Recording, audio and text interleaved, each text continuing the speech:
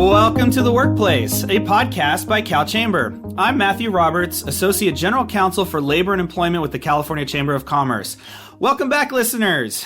As we all know, remote work has been a feature of our lives since the COVID shutdowns hit, and the workplace seems to have been maybe forever changed. 4 years later, remote work arrangements or hybrid work has become an outright expectation of many workers, and employers are often still trying to get their arms around how to best balance the needs of their operations against what the workers are requesting themselves.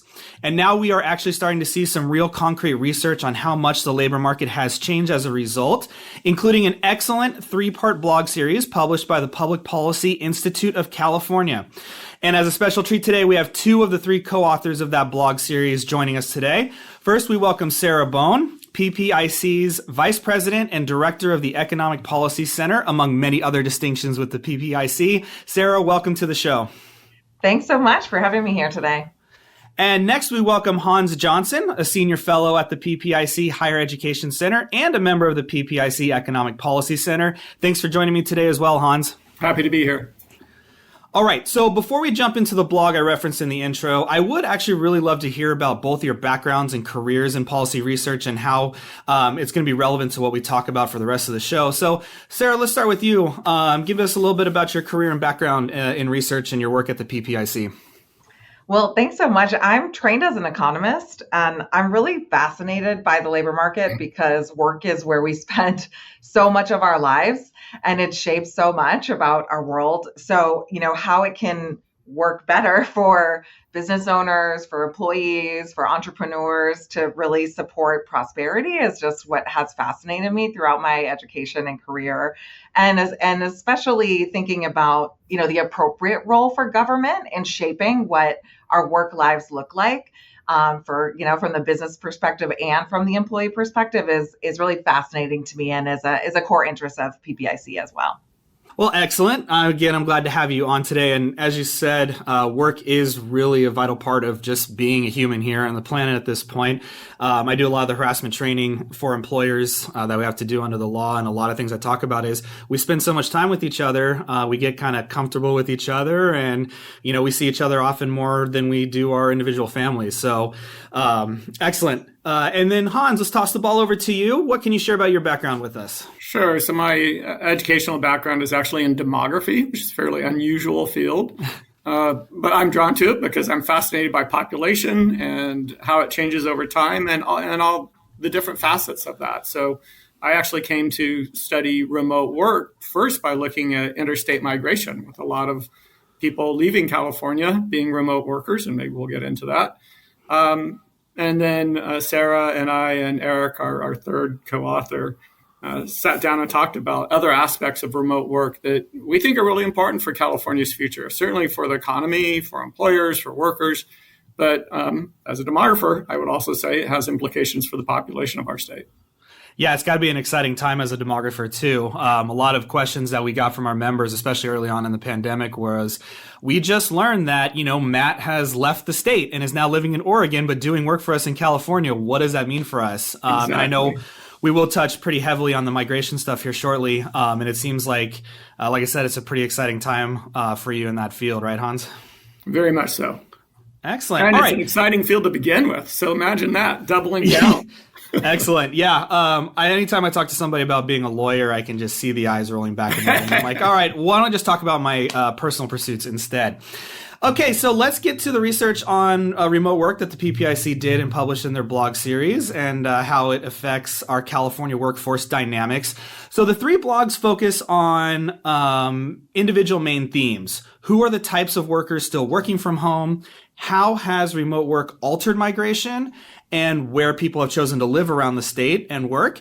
And then lastly, how is the whole concept just reshaping the labor market itself? So let's just go ahead and get the ball rolling. And a question I'll throw out to both of you. What are the demographics of remote work post-pandemic now? That is, who is still working remotely and what kinds of work is most likely being done remotely? I'll just start by saying this is the biggest shift in how and where work is done that we'll probably ever see in our lifetimes in the labor market. It's hard for me to come up as a labor economist with anything as transformational and as quickly transformational as this has been due to the pandemic. The first point is that there are many, many, many more Californians working remotely, at least part of the time, than we're doing so before the pandemic. More than kind of quadrupling or quintupling the number of days of work that are done at home.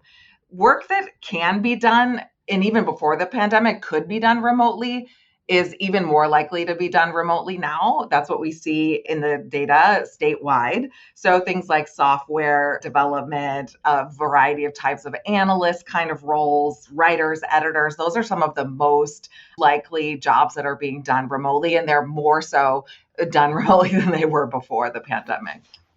I think another feature of remote work is we see from PPIC surveys that a majority of Californians want to work remotely. And we also saw from the work we did for these blog series that only certain types of workers are able to avail themselves of those opportunities more than others. So, for example, and it's no surprise, workers, for example, with a college degree are about 3 times more likely to be able to work remotely as workers who only have a high school diploma. And a lot of that is driven by, of course, the occupational mix. And we looked at that. So, of course, software engineers are one of the occupations that not only have a very high share of college graduates, but also have one of the highest shares of workers that are working remotely. And we saw also a huge wage divide. That is, workers who have very high incomes, those who make more than $200,000 a year, about a third of them work primarily remotely. And by primarily, the question that we're riffing off of is from the American Community Survey that asks, where did you typically work in the previously week, and whether it was at home or whether it was in a workplace environment other than home. And the other part of that, so is over a third of those who make more than $200,000 a year work from home, compared to only 8% of workers who make less than $20,000 a year. Yeah, and I think that all, like you said, kind of just makes sense in what we would expect there with that kind of work. If you work in hospitality or restaurants or retail, that's a face-to-face job. And so we're probably not going to see a lot of remote work in those positions. As a kind of interesting aside, I did look at the data in terms of highly educated workers who work from home, or who do not work from home. And no surprise, and in fact, among the larger occupations, it's the one where workers are least likely to work from home, and those are dentists. So you can imagine it'd be pretty hard to be a dentist and work remotely. Yeah, Hans, that would be an amazing thought exercise. You get on a Zoom with your dentist, and they tell you to look in a mirror, and they'll just direct you through your dental work. I'm not sure how far that'll go in the field. So, Hans, of course, you've talked about how interested you've been in the migration trends, both within the state and without the state. What should employers know about how remote work has impacted migration just generally around the state? So it's impacted in the blog series. We focused on internal migration, that is within California. And we also have looked at it in terms of interstate migration, that is, of course, exchanges between California and other states. And, this won't surprise probably any of your listeners either, but remote work led to a pretty substantial increase in the number of workers leaving the Bay Area, and to a lesser extent, Los Angeles, and moving either elsewhere in California or also moving out of the state. So there's a lot of issues that employers are going to have to consider there, and your employers will know better than I what some of those are. But certainly, different employment laws if they move to a different state, and then within California. For example, one of the largest destinations from the Bay Area is Sacramento. But many workers who work remotely are also working in a hybrid fashion. So I don't know what that means, whether, workers go to a satellite office in Sacramento, or whether they a couple days a week have to commute back to San Francisco. And of course, again, no one will be surprised. But the driver of those trends out of the Bay Area, and again, to a lesser extent, Los Angeles, to either interior parts of California, the Inland Empire down south, the Sacramento region, and northern San Joaquin Valley up north, are driven by housing costs, almost certainly, and for people leaving the state as well. And that's true for people who are looking to own a home. As we know, California and the Bay Area are exorbitantly expensive. But even for people who are renting, rents tend to be much lower in interior locations and in other states than in California. And Sarah, are you seeing any kind of economic considerations for employers due to the migration trends?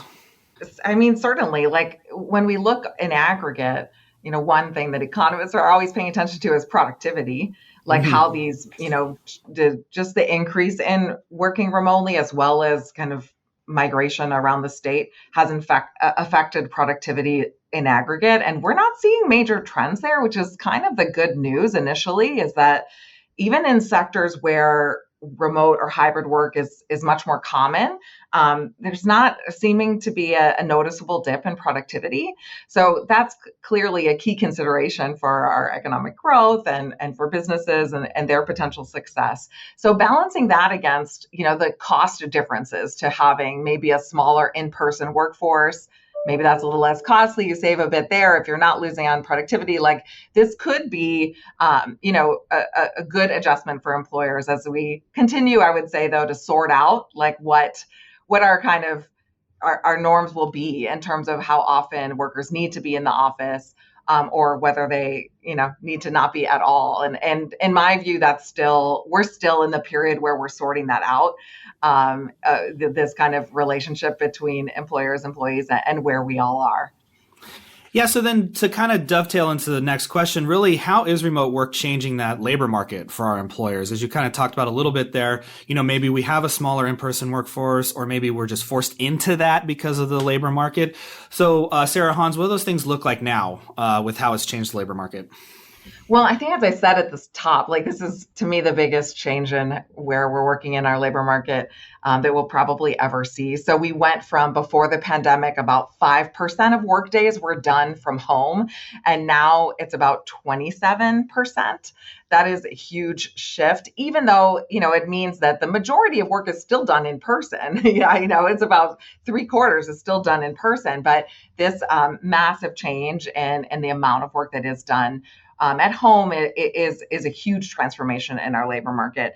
And it's over the past 2 years, it's really steadied into this, about 1 to 2 days per week economy-wide and in California are done from home. That could change like month to month. We see in survey data, we see some, volatility around that, but it's been pretty consistent between 25 and 30% of work done at home for the past almost 2 years.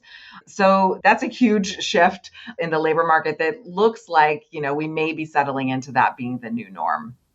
So when employers are looking at then creating, or most of us probably have them created now, we're now looking at modifying and updating our remote work policies because we've got this body of research you've put forth and we've got our own lived in experiences with it. Are there any kind of industry standards or specific employee expectations for remote work moving forward? That's such a good question. I know, as I said, I think we're still in kind of a period of negotiation and settling on what that will be. So what we are doing as researchers are looking at, what are the trends, what are the common practices that we can observe in a lot of survey data that's paying attention to this. And I would say based on that, we're kind of, settling into this 1 to 2 days on average done economy-wide at home. That said, survey data has been picking up an increase in employers getting tougher on return to office policy. So this is where, that's where I draw the conclusion that, we're still in this negotiation period of what it will be. So we are seeing an uptick in that. And at the same time, we're not seeing a lot of enforcement. So it seems that, this national survey data suggests that for employers that are issuing return to office policies and employees who choose not to comply, the most common result of that is termination, but it's still only like 20% of the cases, of non-compliance result in termination, which means, again, the majority is, maybe a reprimand or no enforcement or no action at all. So I'm not sure we're at the level of kind of establishing an industry standard yet. We're still clearly trying to negotiate between employee preferences. As Hans mentioned, our statewide survey results suggest there is a very strong preference. 6 in 10 Californians would like more flexibility in where they work. We're still kind of negotiating that gap between what employees would prefer and what employers would prefer at this point in time. And we actually categorized occupations by the share of workers that work remotely. And then we looked at the change in the number of workers in those occupations. And it turns out that occupations where more than half of the workers work remotely had the highest growth rates in California over this 4-year period that we looked at, 12% growth in the number of workers in those occupations. Whereas occupations were almost fully in person, where less than 5% of workers worked remotely, those occupations had a 7% decline. Now, there's lots of reasons for that, and Sarah elaborated on some of those in that piece. Some of that has to do with, for example, retail is kind of declining anyway, and that's mostly in person. But it also could be employee preference. That is, if you have a choice between going to work at a job that's in person versus one that allows you to work remotely, most workers, based on our surveys, would choose the remote option. So as your team sat down and kind of poured over the research, did you see anything in there that indicated what's working well and what's not working well for employers as they kind of, as you said, negotiate through where we're going to kind of settle over the next, months, years, whatever it looks like? A lot of the research out there, tries to consider things like retention or recruitment, kind of, linking this employee preference with the challenge of hiring right now, where we're facing tight labor markets and we're expecting that to continue for some time. So there is some kind of good research evidence out there that suggests when hybrid options or fully remote options are on the table, it can improve recruitment and improve retention. Now, a lot of that evidence comes from technology companies, not all of them in the US, where researchers are able to run experiments that kind of look at, kind of the productivity of, thinking of an employee who's writing lines of code. It's pretty easy to measure and to look at their productivity and kind of the retention rates for those kind of workers. So I'm not sure if that's generalizable to all the sectors that we care about in California's diverse economy. But that said, that evidence does suggest in a number of really rigorous kind of experimental studies that that offering an option to work remotely does improve retention and helps those firms recruit. So that may be working well in the near term as companies kind of compete for the talent that is seemingly harder and harder to find these days. Okay, and then do you really have any indication there in your research as far as, the difficulty to fill the positions? Because you've mentioned it, Sarah, just recently that it's a tight labor market. So are you seeing employers or hearing from employees that are just flat out turning down jobs, good jobs, or employers can't get good jobs filled because they're demanding it as a condition of employment to work remotely, at least hybrid or full-time? I think it's fascinating that, some of this evidence is global, but that employees are even willing to trade off higher wages for the flexibility and working remotely. That catches my attention as an economist, because we also know that, wages and earnings are usually the number one thing that employees are looking for. So there is some, range there where maybe someone's willing to trade off where they're working for slightly lower wages. So I think that's worth paying attention to. In a tight labor market, it's a little bit hard to disentangle that because wages are going up for other reasons, because it's hard to recruit. That's a natural pressure on wage rates. So I'm kind of like holding out, just kind of watching where that goes. But I think it's worth considering. I mean, especially if that's a way that employers can reduce some of their costs. Like I was thinking when I mentioned costs earlier, I was thinking the cost of office space and all the things that, you have to pay for an on-site employee. Reducing those costs seems like a natural. But if actually there's some moderation in the wages that you have to pay also, there could be some wins in there from the employer side. And Hans, from the migration that you talked about, where we're seeing outflows from the major urban centers into, Sacramento region, Inland Empire, and other places like that, is that making it more of a requirement then for them as well to get remote work, because they've made that movement now away from the urban centers where we used to all have our jobs? So are there more demands from what you're seeing from the migration trends then in remote work? Well, for sure there are. And I think that, one of the key considerations there is, say someone moved remotely from California to Texas and kept their job here. And now they work in Austin, say, which is, in fact, one of the primary destinations for Californians is Texas, and Austin is important in that. But they're keeping their job in Silicon Valley, and then say their employer says, you know what, you need to come back into work. Well, Austin has a pretty vigorous tech sector, so that person might decide to stay in Austin and find another job. Whereas if you move to maybe Lake Tahoe, which there were reports of that happening too, you might think, oh, I better come back because there aren't a lot of tech firms located in Lake Tahoe. So I think that for employers, they're almost certainly they do know where people have moved, and part of their decision making might be around that.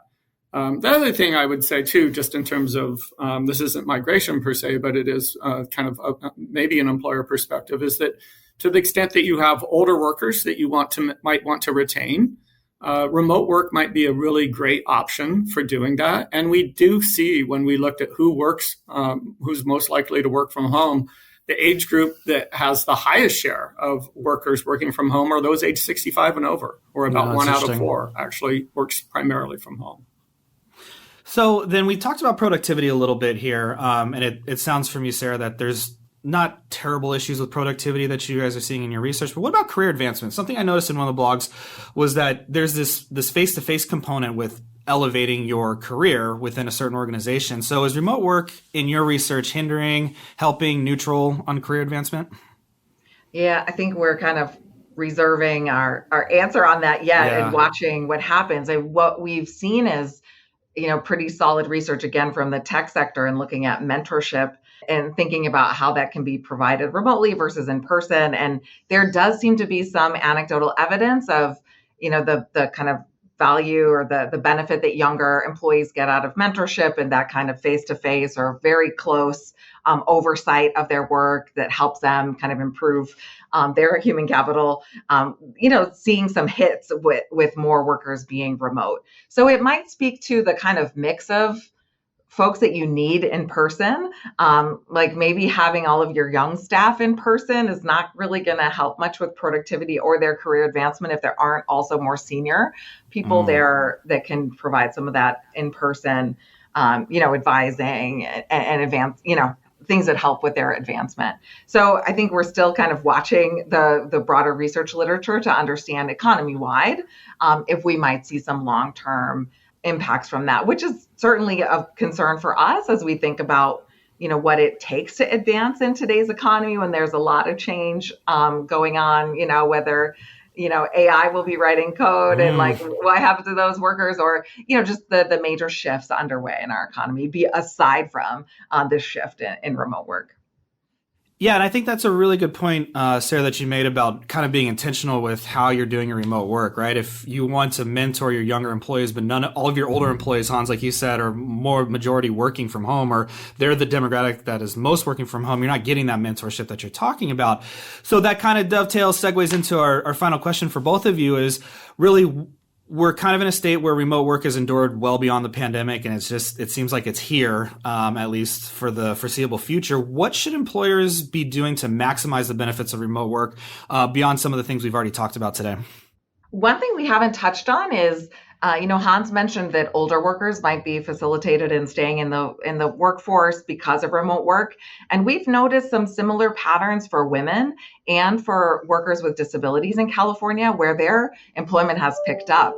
At the beginning of the pandemic, we were calling it a she session, where I kind of hate that term, but actually, as of now, women's employment rates have recovered well beyond what they were before the pandemic, whereas men's employment rates are still a little bit behind. And a lot of the anecdotal evidence suggests that it could be about the flexibility to work remotely to balance other responsibilities that fall disproportionately to women. And then for, workers with disabilities, just the kind of ability to access work and reduce some of the barriers to the commute or other aspects that they face can really expand, we've heard from practitioners that work with that community, it has been a factor in increasing their workforce participation in recent years. So as we're looking at this tight labor market going forward, as employers struggle to find the workers that they need and, connect with the talent that is needed, thinking about using remote work in these ways to reach potential pools of talent that have maybe been, underutilized in the past, because of the possibility of remote work, where that makes sense for the business, I think is something that we kind of, as a state and all the employers that make up our diverse economy, can consider.